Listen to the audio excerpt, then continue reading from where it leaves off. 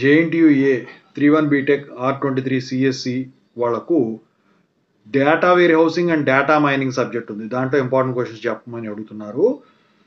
So దాని గురించి చెప్పబోయే ముందు అయితే ఇంతవరకు ఈ ఛానల్ సబ్స్క్రైబ్ చేసుకున్న వాళ్ళు సబ్స్క్రైబ్ చేసుకొని ఈ వీడియోని లైక్ చేసి షేర్ చేయండి. మీకు ఏమైనా డౌట్స్ ఉంటే కాల్ మీ 4 ద్వారా కాల్ చేయండి. తెలుగు ఇంజనీరింగ్ ఎడ్యుకేషన్ టెలిగ్రామ్ ఛానల్లో జాయిన్ అవ్వండి. ఈ వీడియోకి ఒక హైప్ ఇవ్వండి. ఇక యూనిట్ 1 చూసుకున్నట్టయితే ఇంట్రడక్షన్ టు డేటా వేర్ హౌసింగ్లో క్వశ్చన్స్ ఎలా ఉంటాయి. సో డేటా వేర్ హౌస్ అంటే డిఫైన్ చేయమని చెప్పేసి అడుగుతాడండి. వాటి క్యారెక్టరిస్టిక్స్ గురించి అడుగుతాడు, వాటి బెనిఫిట్స్ గురించి కూడా అడుగుతాడు. ఇక ఇంకోటి రెండో క్వశ్చన్ వచ్చేసరికి ఏంటంటే ఈ డేటా వేర్ హౌస్ ఆర్కిటెక్చర్ని చూపించమని చెప్పేసి అంటే గీయమని చెప్పేసి అడుగుతాడండి. సో గీసిన తర్వాత దాని గురించి ఎక్స్ప్లెయిన్ చేయమని చెప్పి కూడా అడుగుతాడు. ఇక ఆ తర్వాత థర్డ్ది, సో ఇప్పుడు ఒక డేటా వేర్ హౌస్ని బిల్డ్ చేయాలి అంటే దానికి సంబంధించిన స్టెప్స్ని ఎక్స్ప్లెయిన్ చేయమని చెప్పేసి అడుగుతాడండి. ఇక ఆ తర్వాత ఫోర్త్ది ఓలాప్ ఆపరేషన్స్ అంటే ఏంటి. అనలిటికల్ ప్రాసెసింగ్ తెలుసు కదా, online analytical processing. So ఓలాప్ operation types ఏంటి, ఎగ్జాంపుల్స్తో సహా చెప్పమని చెప్పేసి అడుగుతాడు. ఇక ఆ తర్వాత ఓఎల్టీపీకి ఓలాప్కి మధ్య డిఫరెన్స్ ఏంటి కంపేర్ చేయమని చెప్పేసి అడుగుతాడు. ఇక ఆ తర్వాత next question multi dimensional data model అంటే ఏంటి, వాటి కాంపోనెంట్స్ కూడా ఎక్స్ప్లెయిన్ చేయమని చెప్పేసి అడుగుతాడు. ఇక ఆ తర్వాత డేటా వేర్ హౌస్ స్కీమాస్ గురించి అడుగుతాడండి.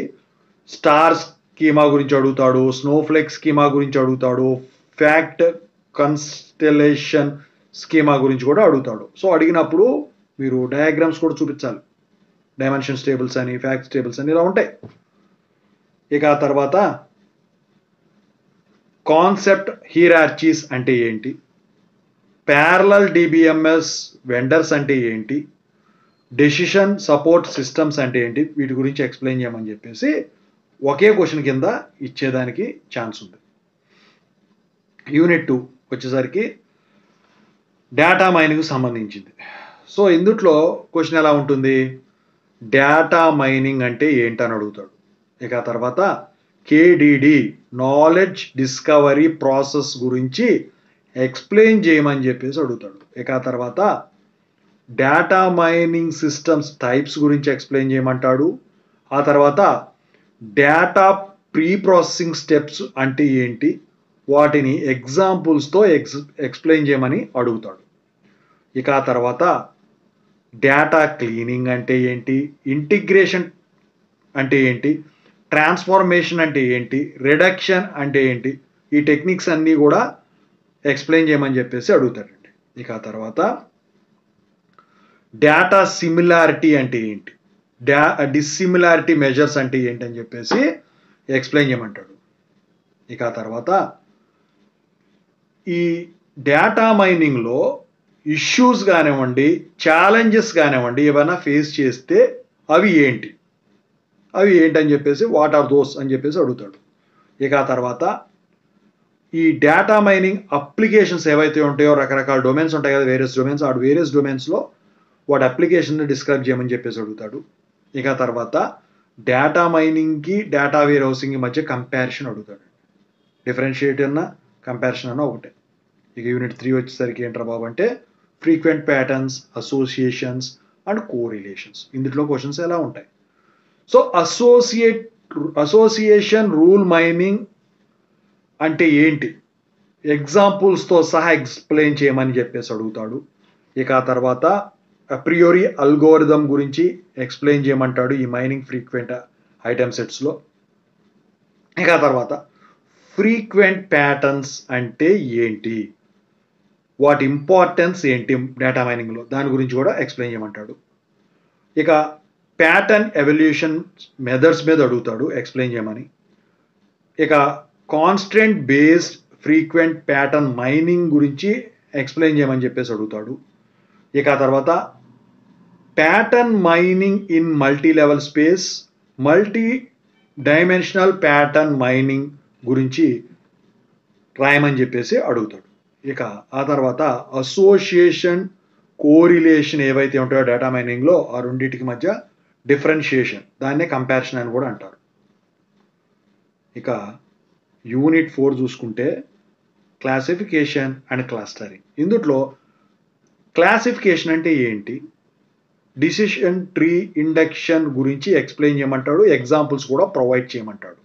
ఇక ఆ తర్వాత బేషియన్ క్లాసిఫికేషన్ గురించి, నావీ బేస్ అల్గోరిథం గురించి ఎక్స్ప్లెయిన్ చేయమంటాం కానీ డిస్క్రైబ్ చేయమంటాం కానీ అడుగుతాడు.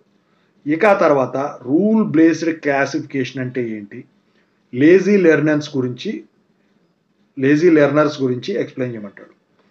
ఇక తర్వాత ఎస్విఎం అంటే సపోర్ట్ వెక్టార్ మెషిన్స్ని డిస్క్రైబ్ చేయమంటాడు. సో ఇది కూడా క్లాసిఫికేషన్గా అడుగుతాడు. ఇక ఆ తర్వాత క్లస్టరింగ్ అంటే ఏంటి. సో ఈ పార్టీషనింగ్ మెథడ్స్ని ఎగ్జాంపుల్స్తో సహా ఎక్స్ప్లెయిన్ చేయమని చెప్పేసి అడుగుతాడు.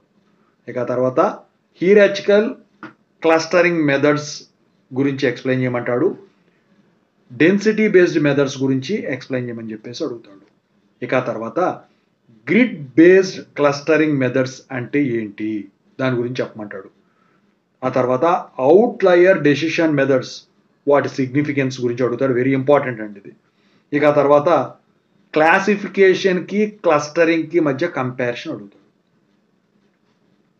ఇది యూనిట్ 4. ఇక లాస్ట్ యూనిట్ ఏదైతే ఉందో యూనిట్ 5, వేకే టూల్స్ ఉంటాయి కదా, సో వాట్ ఈజ్ వేకా అని చెప్పేసి అడుగుతాడు. దాని కాంపోనెంట్స్, దాని ఫీచర్స్ గురించి కూడా అడుగుతాడు.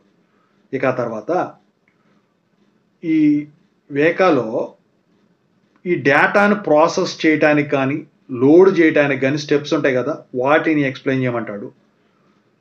ఆ తర్వాత ఈ classification using Weka with an example కూడా అడిగేదానికి ఛాన్స్ ఉంది, ఎలా పర్ఫామ్ చేస్తారు మీరని.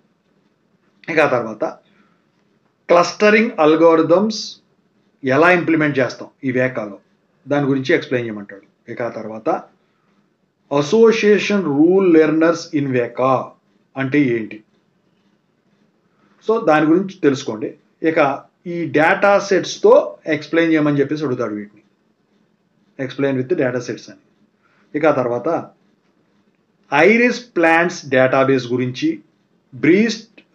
బ్రెస్ట్ క్యాన్సర్ డేటాబేస్ గురించి, ఆటో ఇంపోర్ట్స్ డేటాబేస్ గురించి రాయమని చెప్పేసి అడుగుతాడు.